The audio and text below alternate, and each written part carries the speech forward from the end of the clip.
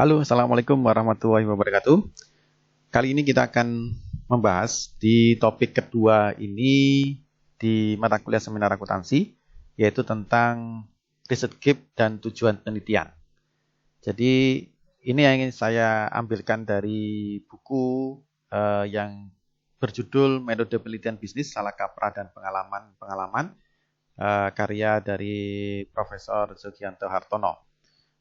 Anda juga bisa melihat beberapa referensi yang sudah kami berikan di e-learning Universitas Airlangga.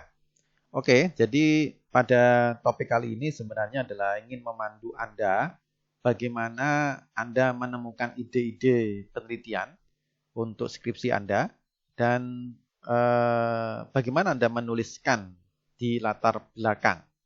Karena selama ini di latar belakang itu adalah merupakan kunci dari sebuah skripsi gitu ya.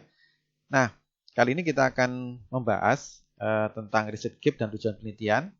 Kalau kita lihat rekan-rekan sekalian semuanya, bahwasanya di dalam sebuah penelitian, proses penelitian, itu ada beberapa proses yang harus kita lakukan.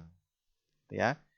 Jadi proses awal dari sebuah penelitian itu, kalau kita lihat sebenarnya akan ada 4 hal yang harus Anda pikirkan ketika Anda akan melakukan proses penelitian. Yaitu apa?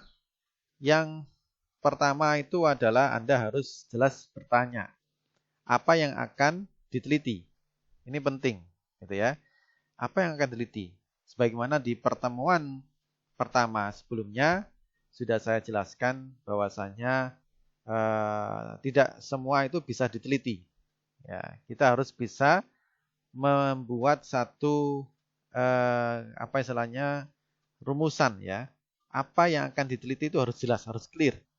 Ya, banyak kasus ya di dalam penelitian skripsi itu tidak jelas apa yang akan diteliti, gitu ya. Sehingga kalau tidak jelas apa yang akan diteliti ini, itu akan menyebabkan peneliti sendiri akan sulit untuk bisa mencapai hasil yang optimum. Yang kedua, nanti pembaca skripsi atau artikel ilmiah skripsi Anda itu juga akan bingung sebenarnya apa sih yang diteliti ini, ya.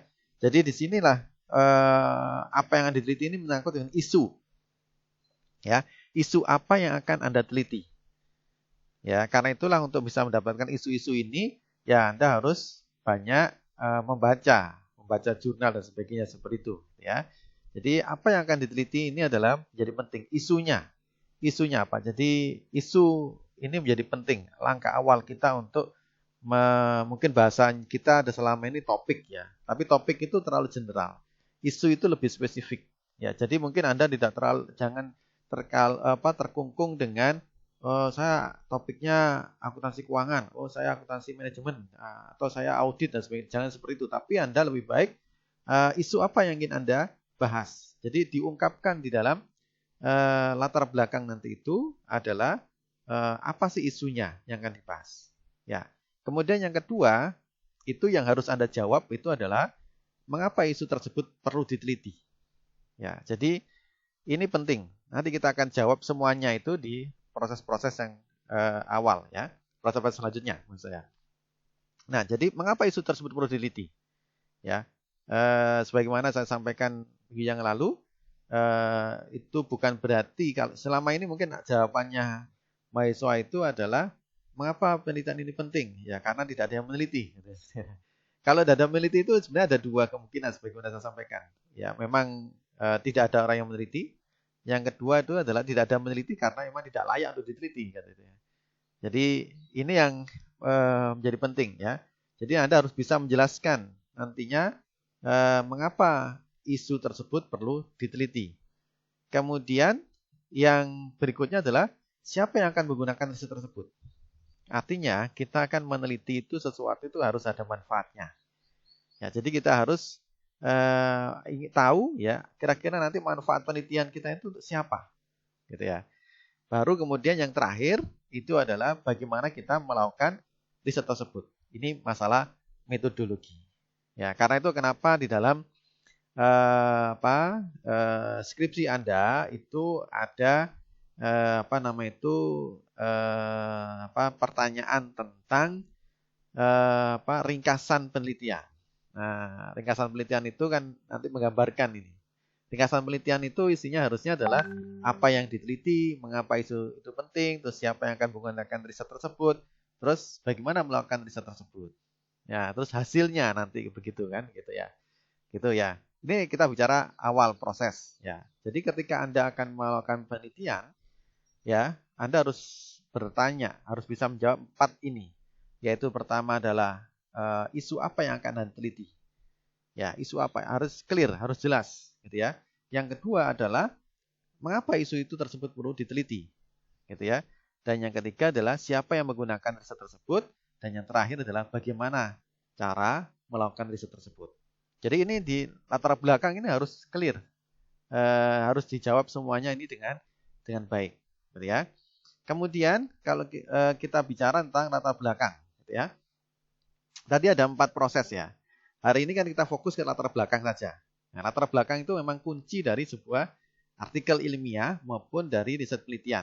Kalau Anda sudah bisa menjelaskan dengan baik di sisi latar belakang ini, Anda bisa menjawab apa isunya, kenapa ini penting diteliti, terus siapa yang nanti akan memanfaatkan penelitiannya, dan bagaimana cara menelitinya. Itu kalau sudah clear jelas, itu rasanya Anda akan bisa melaksanakan penelitian Anda dengan optimal, gitu ya. Latar belakang. Nah, di latar belakang ini, saudara sekalian, yang harus Anda perhatikan adalah Anda harus menjelaskan 2 hal ini. Yaitu apa? Gejala sama permasalahan. Nah, ini yang seringkali kesusahan, kesulitan ya, rekan-rekan mahasiswa kesulitan untuk membedakan apa itu gejala, apa itu masalah. Nah, ini yang harus di dalam latar belakang itu harus jelas dulu. Jadi harus disampaikan dulu gejalanya, ya. Lalu kemudian masalahnya. Nah, masalah itu yang seringkali disebut dengan rumusan masalah, kan begitu ya. Nah, apa yang kita lihat sekarang? Apa itu yang dimaksud gejala? Gejala itu tanda-tanda terjadinya permasalahan. Ya, jadi tanda-tanda kita tidak meneliti gejala, tapi kita akan menjawab permasalahan tadi. Tapi kita akan bisa tahu permasalahannya kalau kita tahu gejalanya tadi. Pertama, gejala itu adalah tanda-tanda terjadinya permasalahan. Ya, contoh misalkan ya, contoh orang itu sakit ya. Kita tidak bisa tahu dia sakit apa gitu ya. Tapi gejalanya itu panas ya. Misalkan orang sakit corona, ya itu pasti ada gejala-gejalanya kan. Nah, tapi kan kita harus meneliti apakah betul gejalanya itu adalah corona atau gejala yang lain. Karena gejala tiap penyakit ada yang sama. Hampir semua orang itu demam. Kalau sakit itu demam. Tapi demamnya itu karena apa?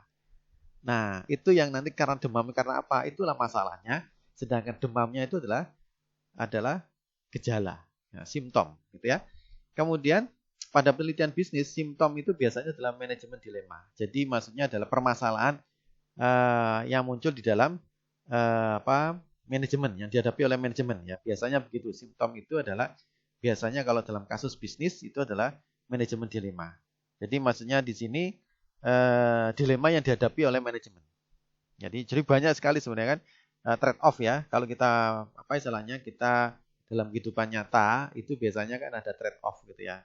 Ada kalau melakukan ini nanti gejalanya nanti arahnya ke sini. Kalau ini tidak dilakukan nanti ke sini gitu ya. Jadi kita di situ harus mengambil sebuah keputusan. Nah, itu adalah simptom gitu ya. Kemudian gejala itu mengindikasikan satu masalah.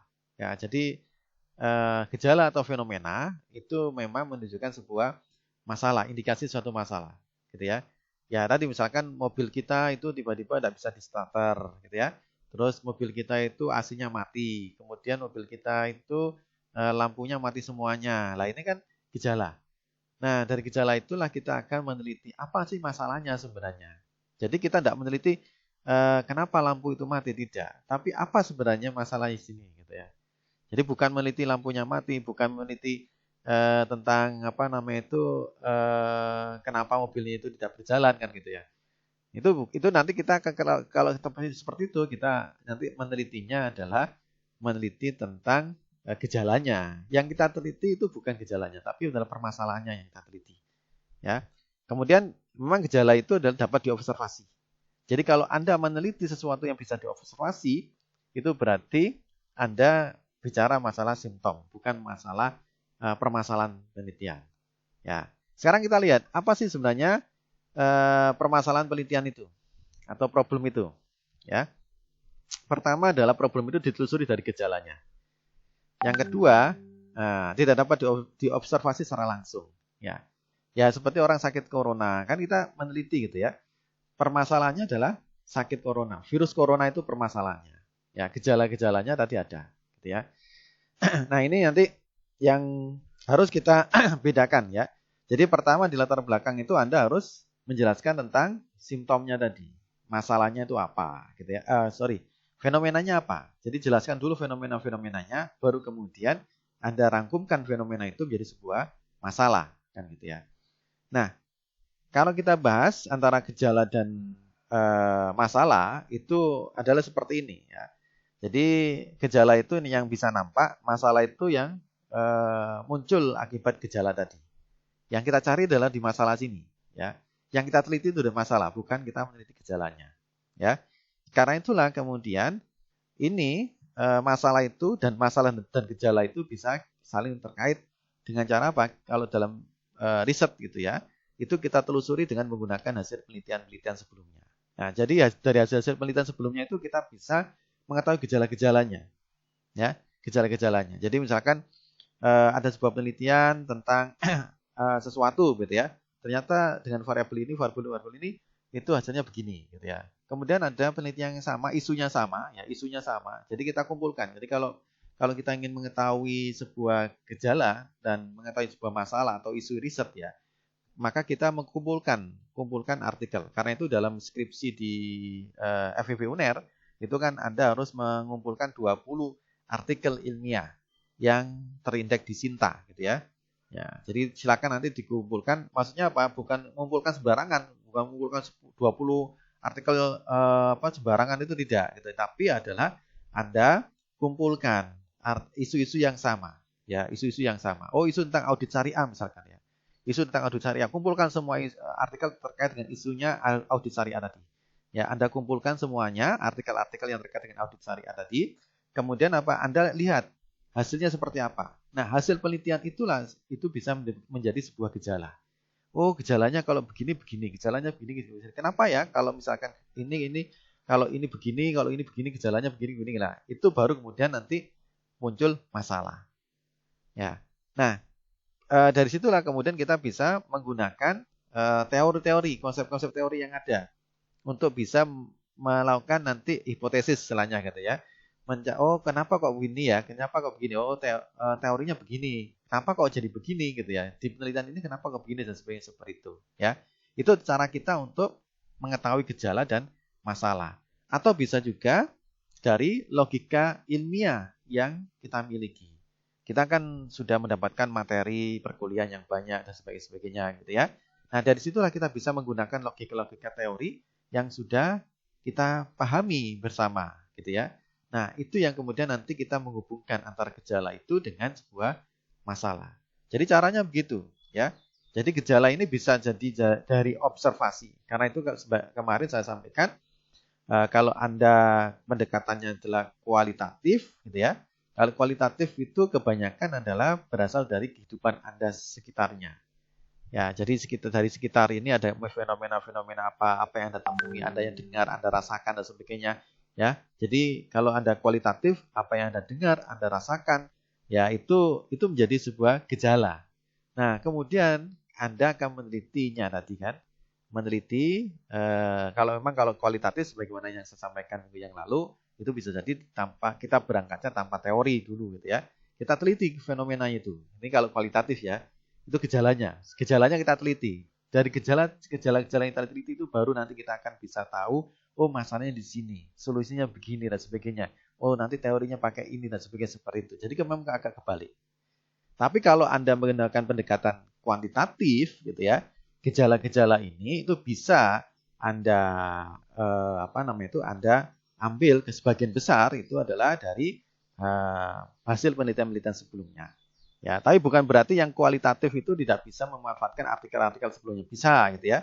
Anda bisa saja memanfaatkan artikel-artikel sebelumnya itu dari kualitatif itu, dan kemudian nanti Anda akan telusuri. Jadi sebenarnya antara kuanti dan kuali itu sebenarnya bukan saling meniadakan, tapi bisa saling membantu. Bisa jadi hasil penelitian kualitatif itu bisa kita uji dengan penelitian kuantitatif. Dan sebaliknya, hasil penelitian kuantitatif itu bisa kita uji dengan penelitian kualitatif gitu ya. Nah, itu itu saling terkait dengan satu yang lain. Ya, contohnya misalkan kalau kualitatif itu kan berasal dari fenomena yang ada gitu ya. Fenomena yang ada diteliti, kemudian disimpulkan. Nah, dari kesimpulan itu nanti bisa diuji secara kuantitatifnya. Oke, coba kita uji secara kuantitatif sehingga nanti dibuat jenderal yang agak lebih besar lagi seperti itu ya. Nah, itu kan bisa seperti itu. Atau bisa juga dari yang kuantitatif kemudian ke kuali gitu ya. Kita telusuri dari gejala-gejala yang ada di artikel dan sebagainya, gitu ya, data-data yang ada sebagainya, kemudian kita uji ternyata begini. Nah, kenapa kok hasilnya begini ya? Ada apa? Nah, itu kita bisa melakukan penelitian fenomena tadi secara lebih mendalam lagi. Akhirnya kita melakukan wawancara dan sebagainya, kita ambil satu kasus dan sebagainya di satu perusahaan dan sebagainya atau apa gitu ya. Itu kan nanti akan menjadi penelitian kualitatif akhirnya begitu. Jadi antara kuanti dan kuali itu sebenarnya adalah tidak saling meniadakan tapi saling berhubungan satu dengan yang lainnya gitu ya. Kemudian kita lihat sekarang di latar belakang ya. Latar belakang itu yang harus Anda tulis nanti di latar belakang ini adalah ini paling penting ya. Latar belakang itu menyangkut Anda harus mengungkapkan antara kriteria kontak yang menarik dan relevan. Di sini maksudnya kriteria kontak itu adalah fenomena. Jadi fenomena yang Anda jelaskan nanti itu harus sesuai dengan konteks penelitian Anda dan relevan dengan penelitian Anda. Gitu ya.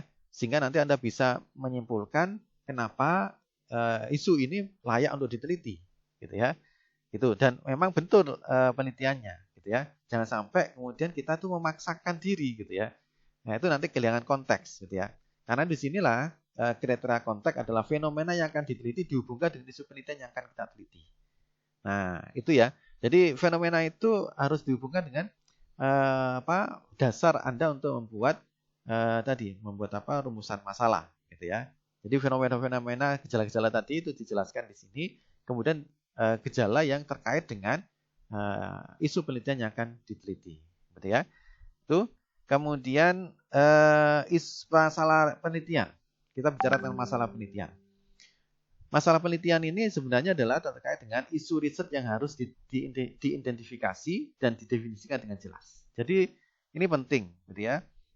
Meskipun di dalam buku panduan yang ada saat ini itu rumusan penelitian tidak ada, tapi menurut saya bagi Anda yang baru meneliti itu lebih baik Anda harus merumuskan rumusan penelitian itu. Terutama kalau Anda melakukan penelitian yang kualitatif. Itu kalau Anda tidak jelas rumusan penelitiannya itu akan menyebabkan Anda bingung apa yang akan Anda teliti sebenarnya, gitu ya. Nah, penelitian itu masalah penelitian itu pertama adalah bisa dalam bentuk problem. Problem itu adalah solusi atas suatu masalah. Nah, biasanya ini kan judul-judulnya itu biasanya adalah penerapan apa, ya penerapan itu ya, implementasi ini terhadap ini itu kan namanya problem. Itu rumusan masalah dalam sisi pendekatan problem, gitu ya. Yang berikutnya adalah opportunity, peluang. Ya, peluang yaitu apa? Peluang masalah yang akan diteliti. Maksudnya begini. Misalkan kalau yang di sini itu biasanya penerapan model ini atau penerapan ini dan sebagainya gitu ya untuk menyelesaikan satu permasalahan gitu ya misalkan. Kalau di sini misalkan itu adalah peningkatan kinerja, jadi penggunaan faktor ini untuk meningkatkan kinerja karyawan misalkan. Penggunaan ini, nah itu kan namanya peluang. Jadi ada istilahnya sudah dilaksanakan tapi perlu untuk dievaluasi dan dilakukan peningkatan. Jadi mungkin lebih di sini adalah lebih evaluasi. Kalau ini adalah lebih uji coba untuk melakukan istilahnya implementasi satu metode di satu hal gitu ya. Nah, kemudian yang ketiga itu adalah pengujian. Ya, pengujian itu adalah terkait dengan verifikasi ya, verifikasi suatu teori yang sudah ada terhadap fenomena yang akan dijelaskan. Ya, kalau yang problem ini adalah fenomenanya itu dari sebuah masalah. Oh, masalahnya ini. Nah, bagaimana solusinya? Nah, itu bisa Anda bisa melakukan itu ya. Kalau di sini itu adalah sudah dilakukan yang opportunity itu sudah dilaksanakan, tapi bagaimana supaya itu lebih baik lagi misalkan. Gitu ya. Nah, kalau kemudian verifikasi ini adalah ada teori yang sudah ada, kemudian diuji. Ya, diuji teorinya itu. Bagaimana kalau dalam kasus yang seperti ini, teori ini jalan atau tidak? Gitu ya. Nah, makanya yang penting itu semuanya dari sini adalah fenomena tadi. Fenomena itu menjadi penting. Gitu ya. Sejak awal itu menjadi penting. Gitu ya. Kemudian yang terakhir adalah penemuan. Nah, kalau penemuan itu adalah merumuskan satu teori baru dari sebuah fenomena. Saya rasa untuk level Anda sebagai sarjana ekonomi Islam itu di level sarjana ya, itu adalah mungkin sampai pada pengujian. Ya, sampai pada pengujian atau verifikasi teori. Sampai itulah gitu ya, itu yang paling tinggi lah maksudnya gitu ya. Tapi kalau Anda memiliki kemampuan yang lebih, Anda bisa membahas fenomena itu menjadi sebuah penemuan. Tapi ini biasanya untuk S3 ya. Nah, di sinilah Anda harus minimal adalah problem, opportunity, dan pengujian. Jadi silakan nanti Anda itu mau masalah yang akan Anda bahas itu apa gitu ya. Apakah itu masuk dalam kategori problem, opportunity, atau pengujian teori gitu ya. Atau penemuan gitu ya. Oke, gitu ya. Kemudian terkait dengan motivasi riset. Ya, motivasi riset ini adalah ungkapan untuk meyakinkan pembaca bahwa isu yang akan diteliti itu merupakan isu penting dan menarik untuk diteliti. Jadi ini yang harus diungkapkan ketika Anda menuliskan tentang motivasi riset. Ya, jadi untuk meyakinkan. Ya, ini tetap aja ada hubungannya tadi di langkah awal yang dijelaskan di awal tadi ya. Kita harus menentukan isunya, kenapa ini isu penting, bagi siapa yang akan memanfaatkan hasil penelitian kita dan bagaimana caranya kan gitu ya. Di sini adalah kalau kita tadi sudah bisa menerapkan fenomena merumuskan fenomena dengan konteks permasalahan yang ada dengan akan yang kita teliti, maka saya yakin nanti kita akan bisa mengungkapkan sebenarnya kenapa isu yang akan kita bahas itu menjadi isu penting dalam kasus yang akan kita angkat gitu ya. Oke, sekarang terkait dengan tujuan riset. Ya, kalau terkait dengan tujuan riset, maka tujuan riset itu adalah apa? Sasaran riset yang ingin dicapai, yaitu apa yang ingin dicapai dari aktivitas penelitian. Nah, di sini sebenarnya kembali kepada rumusan masalah tadi. Ya, rumusan masalah tadi kan ada 4. Tujuannya untuk apa? Apakah untuk memecahkan masalah? Apakah untuk menangkap peluang? Apakah untuk memverifikasi teori? Atau untuk menemukan teori baru? Nah, itu nanti tergantung pada rumusan masalah yang telah Anda tentukan sejak awal tadi. Nah, contohnya ini, contohnya di sini ada penelitian yang menuliskan penelitian ini mempunyai 2 tujuan, yaitu pertama, menguji apakah beta di pasar modal Indonesia bias karena perdagangan yang tipis. Kemudian tujuan kedua adalah menguji model-model koreksi beta yang tersedia dan menentukan yang terbaik untuk pasar modal Indonesia. Jadi memang penelitian itu bisa 2 atau 3 atau berapapun ya, tapi ini disesuaikan dengan kemampuan kita. Mungkin untuk level S1 cukup 1 tujuan, tidak masalah gitu ya. Kalau sudah S3, S2 itu mungkin harus lebih dari 1 gitu ya. Tapi kita di sini adalah kita contohkan ya. Di tujuan yang pertama itu sebenarnya verifikasi teori. Yaitu kan menguji apakah beta di pasar modal Indonesia bias karena perdagangan yang tipis kan gitu ya. Sedangkan yang kedua ini adalah untuk memecahkan masalah, menguji model-model koreksi beta yang tersedia dan menentukan yang terbaik untuk pasar modal Indonesia. Ini kan memecahkan masalah. Masalahnya adalah bagaimana beta yang terbaik kan gitu ya. Nah, itu makanya kemudian dibuatlah penelitian untuk menguji model-model koreksi beta yang tersedia dan menentukan yang terbaik. Yang tersedia artinya di sini kan menguji yang sudah ada. Yang sudah ada itu diuji ya. Berarti kan ini memecahkan masalah gitu ya. Ya, kalau yang di sini adalah sifatnya adalah sudah fenomenanya ada, tinggal diverifikasi teorinya gitu ya. Oke. Itu tentang tujuan riset. Nah, sekarang terkait dengan kontribusi riset. Kontribusi riset itu adalah manfaat hasil riset kepada pemakai hasil riset kita. Nah, kontribusinya apa? Itu yang pertama bisa kontribusi teori. Yang dimaksud kontribusi teori itu adalah pertama, riset kita itu memperbaiki teori yang sudah ada. Jadi kalau misalkan diuji ulang, diverifikasi terus, ternyata tidak konsisten teori ini. Dalam fenomena ini begini, termodinamika ini begini, termodinamika begini. Oh, berarti ada yang kurang pas dengan teori ini. Gitu, misalkan begitu ya. Kemudian menjelaskan teori yang ada pada fenomena baru. Jadi misalkan tadi ya ada fenomena baru tapi teorinya sama, gitu ya. Itu. Atau yang ketiga adalah menemukan teori baru. Kita mungkin yang untuk yang level sarjana S1 itu mungkin sampai pada menjelaskan teori yang ada pada fenomena baru. Nah, mungkin sampai di situ aja, gitu ya. Kalau mampu menemukan teori baru, oke itu. Tapi itu sebenarnya level S2 atau level S3 ya, gitu ya. Oke, yang kedua itu adalah kontribusi praktek. Maksudnya adalah hasil riset dapat digunakan pada praktek nyata. Jadi hasil riset Anda itu bisa dimanfaatkan oleh para pelaku pelaku atas apa yang Anda teliti tadi. Atau bisa juga hasil riset tadi memperbaiki praktek yang ada supaya lebih baik. Nah, ini tentang tujuannya tadi kan. Tujuan kalau yang sisi praktek ini berarti menyelesaikan masalah atau menangkap peluang kan gitu. Kalau ini adalah di sisi verifikasi pengujian teori atau menemukan teori baru. Nah, tujuannya dari tujuan. Jadi kontribusi riset ini itu sangat tergantung pada tujuannya, gitu ya. Atau yang ketiga adalah untuk kebijakan. Yang dimaksud untuk kebijakan ini adalah riset kita itu bermanfaat untuk para regulator dalam mengambil kebijakan untuk publik. Ya, jadi memang bisa jadi dalam satu riset itu bisa jadi ada 2 atau 1 minimal 1 gitu ya kontribusi. Paling nggak ada 1 kontribusi risetnya. Ya, tidak harus yang banyak itu baik tidak gitu ya. Tapi Anda harus bisa memilih apa sih kontribusinya itu apa gitu ya.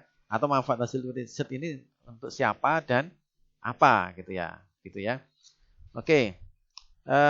Nah, yang terakhir ini saudara sekalian. Jadi biasanya kita ada istilah replikasi riset ya. Untuk Anda yang ada di program sarjana di level sarjana atau S1 itu replikasi riset itu masih diperbolehkan gitu ya. Nah, cuma ini yang membedakan antara replikasi riset dengan plagiarisme, yaitu beda gitu ya. Jelas ini berbeda. Ya, nanti silakan Anda baca kembali etika publikasi minggu yang lalu gitu ya, tentang falsifikasi, tentang ghostwriter dan sebagainya seperti itu ya. Nah, ini yang dikatakan replikasi riset itu seperti apa? Ya, ini batasan-batasannya. Memang agak hati-hati ya, hati-hati dalam melakukan replikasi riset ini. Tapi untuk level sarjana itu masih diperbolehkan. Pertama adalah Anda bisa meniru isu penelitian sebelumnya. Ya, Anda boleh aja isunya sama, isu sama dengan ini. Cuma biasanya kalau terlalu banyak itu akhirnya jadi tidak menarik gitu ya. Isunya sama tapi tidak menarik ya. Tapi Anda harus bisa jadi isunya sama tapi akan menjadi menarik kalau yang kedua ini Anda lakukan, yaitu apa? Melakukan pengembangan hipotesis yang telah ada. Ya, jadi Anda bisa mengumpulkan beberapa artikel ilmiah yang ada terkait isu yang ingin Anda teliti gitu ya. Anda bisa menggunakan isu yang sama tadi, tapi kemudian hipotesisnya itu dikembangkan dari penelitian-penelitian sebelumnya yang berbeda. Nah, ini berarti ada pembaruan di situ ya. Ini boleh gitu ya. Tapi kalau masalahnya kadang-kadang itu kan yang terjadi itu adalah isunya sama.